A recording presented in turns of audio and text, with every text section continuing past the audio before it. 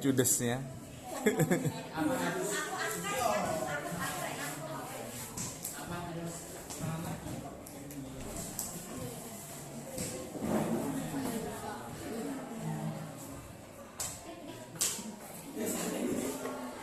Alat dan bahan yang digunakan adalah satu buah kaki, spatula atau pengadu 2 unit, kompor gas 1 unit, loyang atau gas 5 sampai 10 menit, dan tali rafia seluruhnya.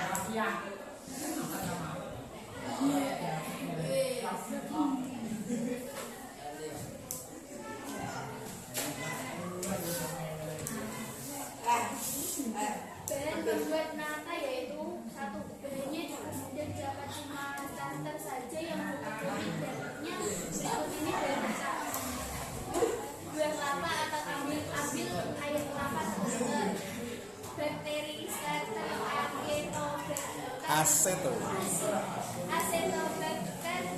pseudomonas, dan 3 asam cuka, gula 100 gram, 5 urea 1 gram.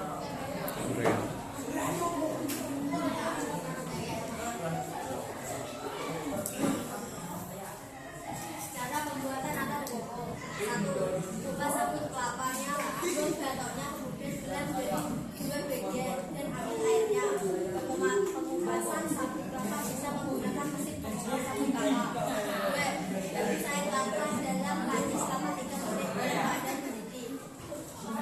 3. Tuangkan gula pasir ke dalam air kelapa yang mendidih. 4. Matikan kompor dan biarkan air kelapa menjadi dingin. 5. Selanjutnya tuangkan asam cuka sekitar 50 ml dalam taruhan air kelapa dengan kadar keasaman sekitar 4,5. Pengukuran pH Yang lain ngobrol sendiri-sendiri ya. Deep. 6. Tambahkan starter bakteri Acetobacter pseudomonas ke dalam larutan. Aduk hingga merata.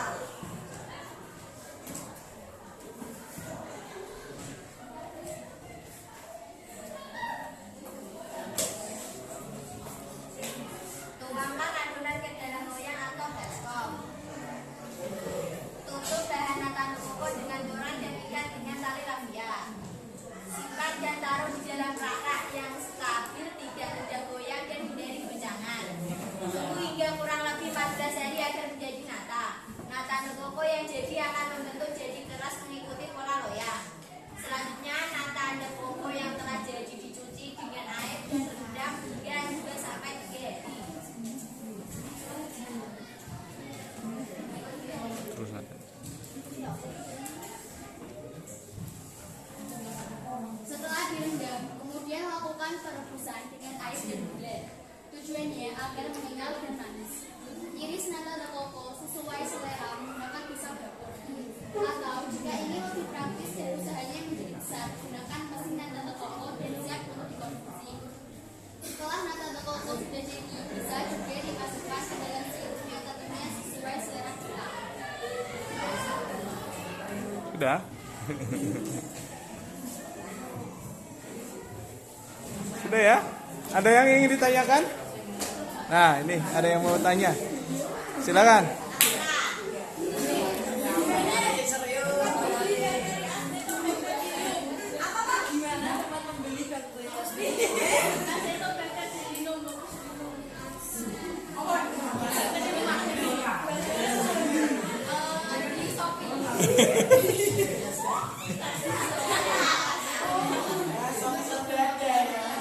Di toko kimia banyak ya, ada di Salatiga juga ada banyak sih.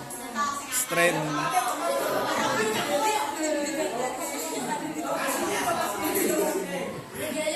Ya biasanya sih di toko kimia ada, toko kimia besar.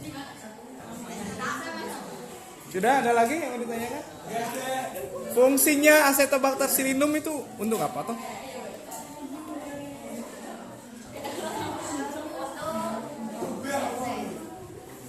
Kok nggak pakai bakteri lain, pakainya Acetobacter pseudomonas?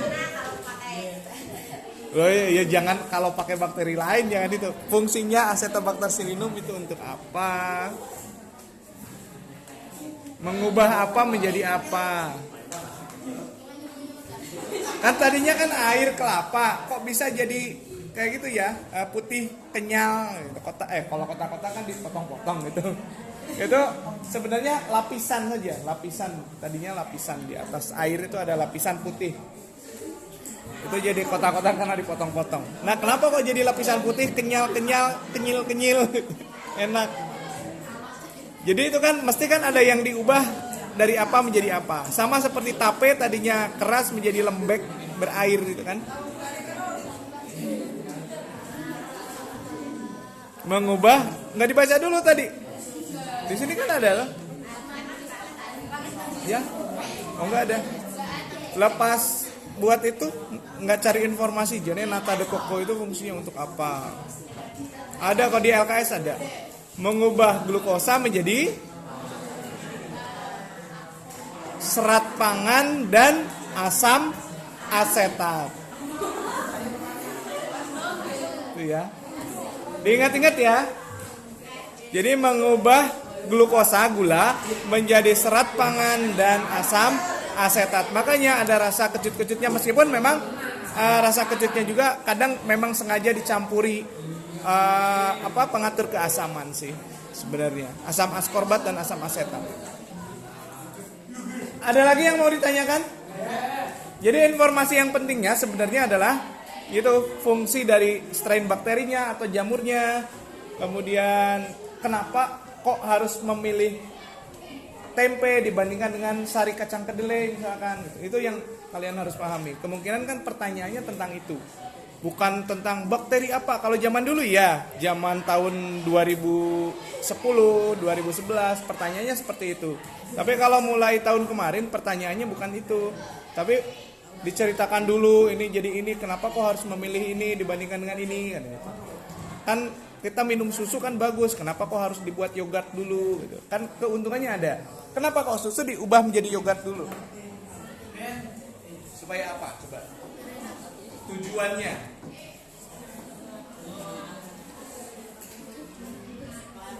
Yogurt itu sebenarnya pertama kali prosesnya kecelakaan, sama dengan keju, kecelakaan sebenarnya. Iya, jadi sama seperti cerita membuat brownies ya. Nah, kan pernah dengar juga dicampur-campur kayak gitu, pokoknya asal-asalan ternyata enak. Sama keju dengan yogurt itu pertama kali jadinya itu tanpa disengaja. Jadi susu sapi maksudnya. Susu murni itu kan cepat, dia kan cepat basi ya. Susu basi kok dijual ini. Ya, kok nggak tahu berarti kali lagu itu. Jadi susu itu kan cepat basi. Contohnya di daerah di Boyolali yang sentra usaha penghasil susu di mana? Daerah mana? Orang Boyolali nggak tahu. Orang Boyolali. Mana? Daerah Selo, Cipogo. Tahu Cipogo? Pernah Cipogo? Mana bapak aja pernah Cipogo? Oh, juok banget. Wah, pokoknya desa, tapi sekarang udah ramai sih karena semakin maju sekarang. Di sana sentra penghasil susu sapi, bukan susu lainnya ya. Susu sapi. Nah, dulu sebelum ditemukan alat untuk sterilisasi, kemudian bagaimana cara membuat yogurt, kan mereka kirim langsung, ditampung di koperasi. Tapi kejadiannya adalah susu itu jadi basi sebelum sampai ke konsumen. Kemudian akhirnya sekarang kan putar otak lah orang-orang sana, gimana caranya supaya susu ini tidak basi dan bernilai ekonomi tinggi. Akhirnya ada yang dibuat keju, ada yang dibuat yogurt, ada yang disterilisasi. Mereka buat alat buat beli alat untuk mensterilisasinya. Akhirnya kan bernilai ekonomis jauh lebih tinggi dibandingkan dengan dulu. Sudah harganya murah, cepat basi juga. Nah itu pertama itu mereka orang Eropa itu kan di sana pada musim dingin, mereka bingung susu ini mau diapakan. Akhirnya mereka simpan di tempat yang dingin, di ruangan-ruangan di bawah tanah, disimpan. Kok jadi padat? Kok jadi padat? Diicipi kok tidak seperti sesuatu yang basi, ya enak. Seperti itu. Menurut mereka, kalau menurut kita kan pertama kali mencicipi keju kan gak enak ya. Menurut mereka asin gimana gitu. Asin itu kan dialinnya dikasih garam supaya padat, dikasih garam itu supaya padat. Kok jadi seperti ini dan nggak basi, nggak menyebabkan sakit juga. Kalau susu basi kan mesti mencret kan, ini kok enggak. Akhirnya diteliti semakin dikembangkan jadilah keju dan yogurt kita manusia ya. Tujuan pertamanya untuk mengawetkan susu.